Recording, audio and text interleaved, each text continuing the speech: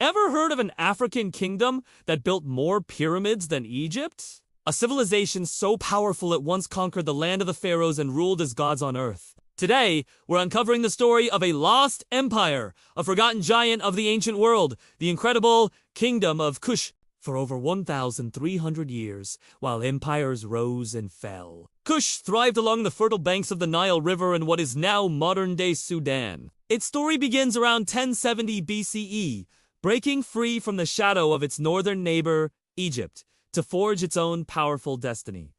But this was no mere breakaway state. The Kushites would return, not as subjects, but as conquerors. Imagine the scene in the 8th century BCE. A mighty army marches north from Kush.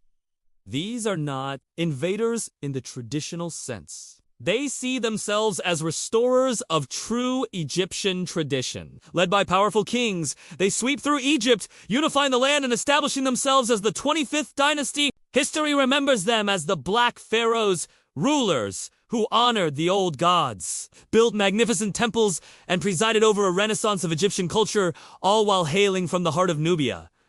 So, how did this kingdom become so powerful? The answer lies in the earth and the rivers. Kush was sitting on a gold mine. Literally, it controlled vast reserves of gold, along with precious resources like ivory and ebony. Their capital cities, first at Napata and later at Meru, became bustling hubs of commerce. Trade caravans crossed the deserts and ships sailed the Nile, connecting Kush to the Mediterranean, the Red Sea, and the wider world. Their wealth was legendary, and their influence was immense. But Kush wasn't just rich, it was innovative. In its later phase, the city of Meru became a major center for iron production, with slag heaps so large they are still visible today. This technological edge gave them superior tools and weapons, further cementing their status as a regional superpower. And when you think of Kush, you must think of pyramids. While Egypt's pyramids are more famous, the Kushite kings and queens built over 200 of their own. They are smaller and steeper than their Egyptian counterparts. A unique architectural style that stands as a testament to their enduring culture and royal power. These pyramids served as the final resting places for Kushite royalty, filled with treasures meant for the afterlife.